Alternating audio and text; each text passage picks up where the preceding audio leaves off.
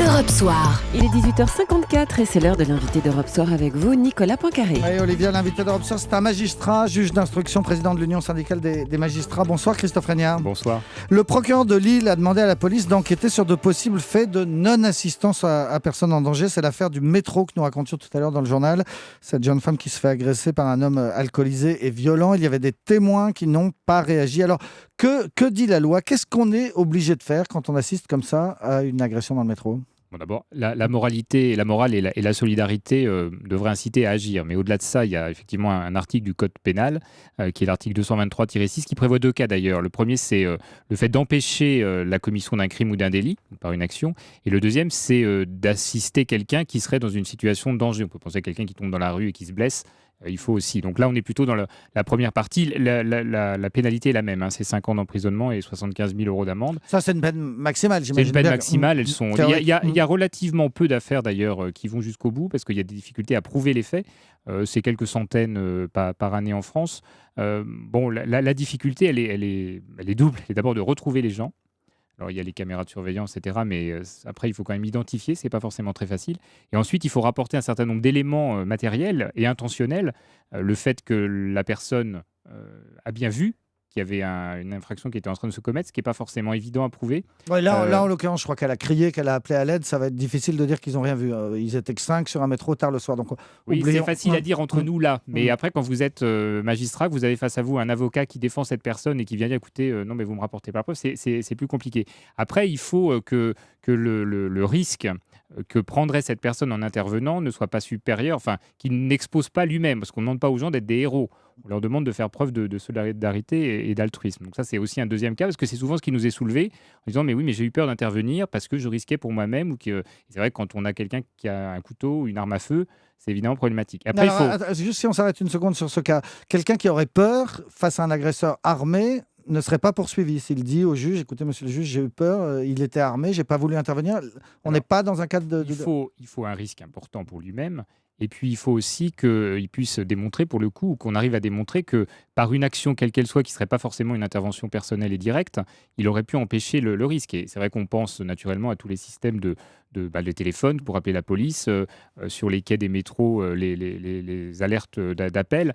Tout ça, c'est des choses quand même qu'on peut faire relativement facilement pour ne pas forcément intervenir personnellement, mais en tout cas intervenir ou faire intervenir un tiers pour éviter que l'infraction ne se poursuive. Et puis après, donc, il faut que nous puissions démontrer pour condamner que la personne s'est abstenue volontairement. C'est-à-dire qu'elle a eu conscience, qu'il y avait quelque chose qui se passait, qu'elle pouvait agir et que volontairement, elle a dit qu'elle ne le ferait pas. Et donc, c'est évidemment, ça c'est l'aspect intentionnel de l'infraction, c'est évidemment là aussi quelque chose qu'il faut démontrer, c'est pas toujours si simple. Et donc en l'occurrence, si vous étiez chargé de cette enquête, on parle de 5 personnes qui assistent à cette agression, qui choisissent de monter dans le wagon d'à côté, de ne pas suivre la victime et l'agresseur qui était en train de monter dans un wagon.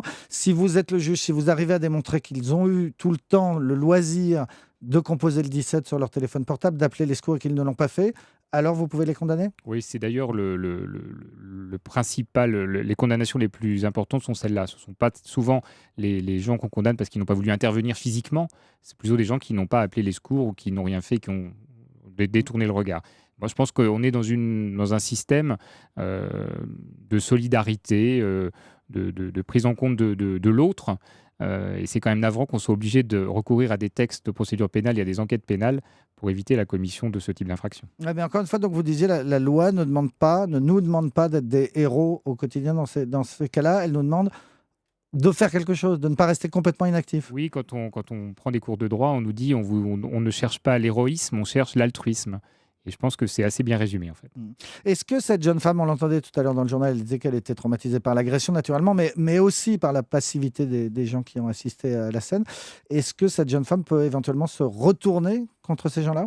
Oui, bien sûr, à partir du moment où il y aura des investigations qui vont être diligentées, si on retrouve ces personnes, elle pourra parfaitement se constituer partie civile, comme elle a dû le faire contre l'agresseur lui-même, puisque là aussi, elle subit un dommage du fait de l'inaction d'un certain nombre de personnes, donc elle pourra évidemment demander là aussi dommage-intérêt.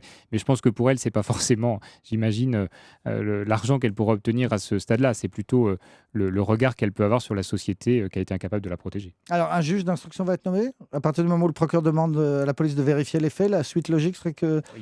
Ça dépend de la gravité et de la difficulté à retrouver. S'il faut des investigations sur la durée, là pendant les 15 premiers jours, le procureur peut parfaitement diligenter ces procédures procédure dans le cadre d'une enquête de flagrance.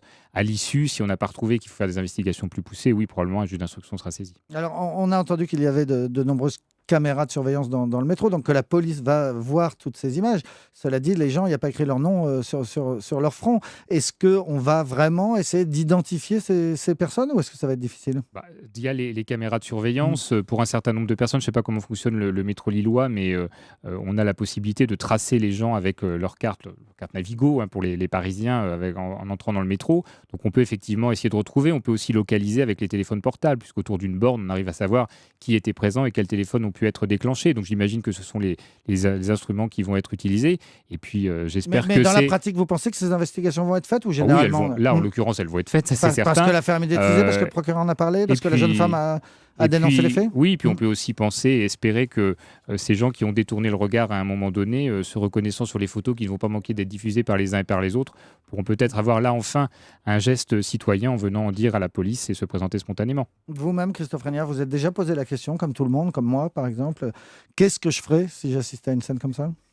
On se pose tous la question. Après, c'est vrai que c'est une réponse qui est très personnelle. J'ai aussi souvenir d'avoir été, moi, victime, il y a fort longtemps quand j'étais étudiant. Dans le métro, c'est une situation qui est fort inconfortable. Alors, pas dans les mêmes conditions.